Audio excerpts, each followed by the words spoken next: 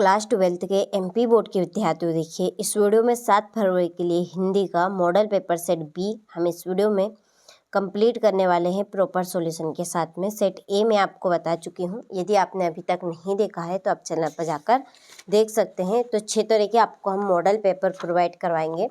Set A, B, C, D, E, F और एक साथ में रहेगी आपकी स्पेशल PDF, जिसमें ही आपका काम बन जाएगा। ठीक है, तो चलिए शुरू करते हैं और अच्छे सारे प्रश्नों को एक्सप्लेन करते हैं। तो देखिए पहला प्रश्न है कि कवि किसका भार लिए फिरता है। तो कवि किसका भार लिए फिरता है? दुख सुख का, जग जीवन का, निज उर का या यौवन का।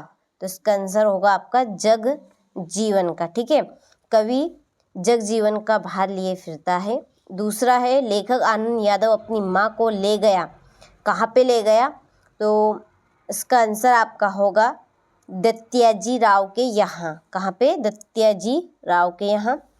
तीसरा है नावे सोदल गेगर मास्टर कौन सा विषय पढ़ाते थे? तो मराठी पढ़ाते थे। वो क्या पढ़ाते थे? मराठी। चौथा है 10वां रस माना गया है। तो 10वां रस माना गया है वात्सल्य रस को। ठीक है, जहाँ अर्थ से काव्य की शोभा बढ़ती है वह अलंकार होता है अर्थालंकार।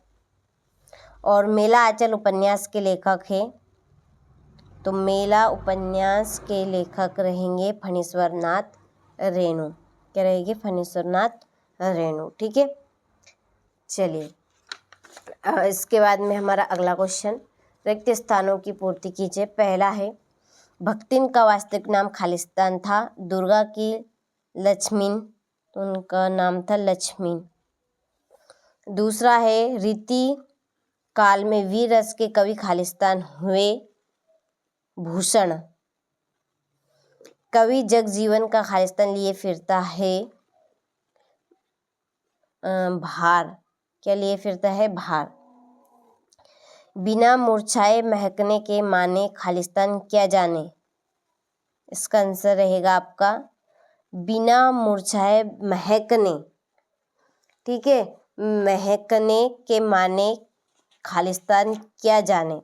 तो इसमें आपका रहेगा फूल। क्या आएगा? फूल। बच्चे खालिस्तान को नरम बनाते हुए दौड़ते हैं। किसे? छतों को कि सड़क को? छतों को। और शब्द युग्म के खालिस्तान प्रकार होते हैं 6। कितने होंगे? 6। ठीक है, चलिए आप स्क्रीनशॉट ले लीजिए यहाँ से। इसके बाद में सत्य सत्य लिखिए। पहला, सीरीज का फूल संस्कृत साहित्य में बहुत कठोर माना जाता है। तो ये आपका असत्य है, क्योंकि कोमल माना जाता है। कैसा? कोमल। दूसरा है शोषकों के प्रति घृणा और शोषितों के प्रति करुणा प्रगतिवाद है। सत्य। तीसरा है नवाज सोदल गेगर मास्टर कौन सा विषय पढ़ाते थे? मराठी। ठीक है, कौन यहाँ पे आएगा आपका कौन सा की जगह? मराठी। ठीक है, नवाज सोदल गेगर मास्टर मराठी विषय पढ़ाते थे। तो ये आपका सत्य रहेगा, मराठी। थोड़ा सा मिसप्रिंट हो गया है।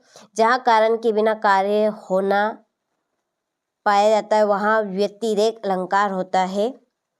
तो ये आपका है असत्य। शब्दों का कोई भी समूह वाक्य कहलाता है असत्य। और चौकेराक से पी लिपा गया है, तो ये आपका सत्य है।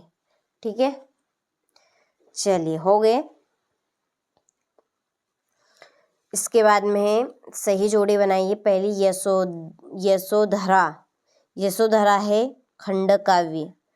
चित्रकार है चितेरा।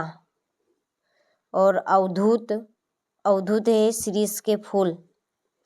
फणीश्वरनाथ रेणु पहलवान की ढोलक। पहाड़ टूट पड़ना पहाड़ टूट पड़ना, मुसीबतें आ जाना। तुलसीदास, तुलसीदास से कविता वली। और आकाश के तारे तोड़ना, असंभव कार्य। ठीक है, चलिए यहाँ से आप स्क्रीनशॉट ले लीजिए।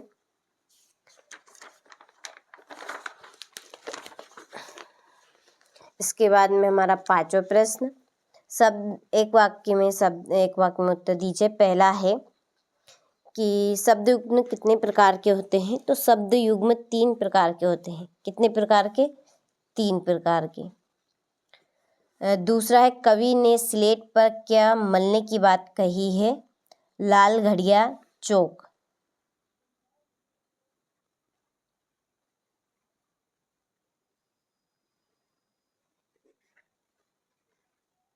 चौक।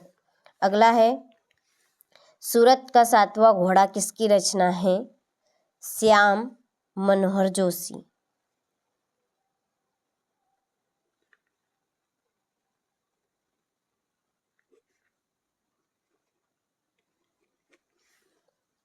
क्रिया विशेषण की परिभाषा लिखिए। चलिए, तो यहाँ पर मैंने लिख दी है, क्रिया विशेषण की विशेषता बताने वाले को क्रिया विशेषण कहते हैं। लड़कों की टोली को क्या नाम दिया गया? तो लड़कों की टोली को इंदर सेना। ठीक है, इंदर सेना। और छठा है, इस देह पर गर्व क्यों नहीं करना चाहिए? क्योंकि यह नश्वर है। ठीक है, क्योंकि यह नश्वर है। चांद का मुंह टेढ़ा है के रचनाकार का नाम बताइए। गजानंद माधव मुक्तिबोध।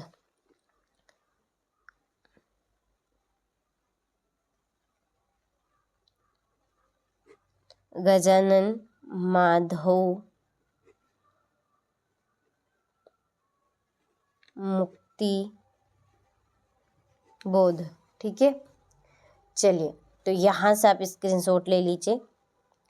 इसके बाद में हमारा 6वां प्रश्न है, नई कविता की विशेषता लिखिए। संसार में कष्टों को सहते हुए भी खुशी और मस्ती का माहौल कैसे पैदा किया जा सकता है?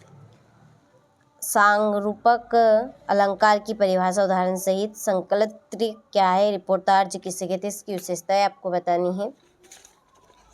भक्तिन के आने से महादेवी वर्मा अधिक देहाती क्यों हो गई? निपात शब्द का अर्थ बताते हुए कोई 2 निपात शब्द लिखिए। निम्न वाक्यों को शुद्ध करके लिखने हैं। ठीक है, झूझ कहानी के प्रमुख पात्र आनंदा के स्वभाव की विशेषताएं बताइए। प्रिंट माध्यम की प्रमुख विशेषताएं बतानी है। ये आपका 16वां प्रश्न। इसके बाद में 17 हजारी प्रसाद अथवा धर्मवीर भारती की साहित्यिक विशेषताएं निम्नलिखित बिंदुओं के आधार पर लिखने हैं। 2 रचनाएं, भाषा शैली, साहित्य में स्थान। ठीक है, भाव पल्लवत कीजिए। जननी और जन्मभूमि स्वर्ग से महान है। इसके बाद में ये आपका 19वां प्रश्न। ठीक है, 19वें के बाद में ये आपका 20वां प्रश्न। पद्यांश किसमें गद्यांश?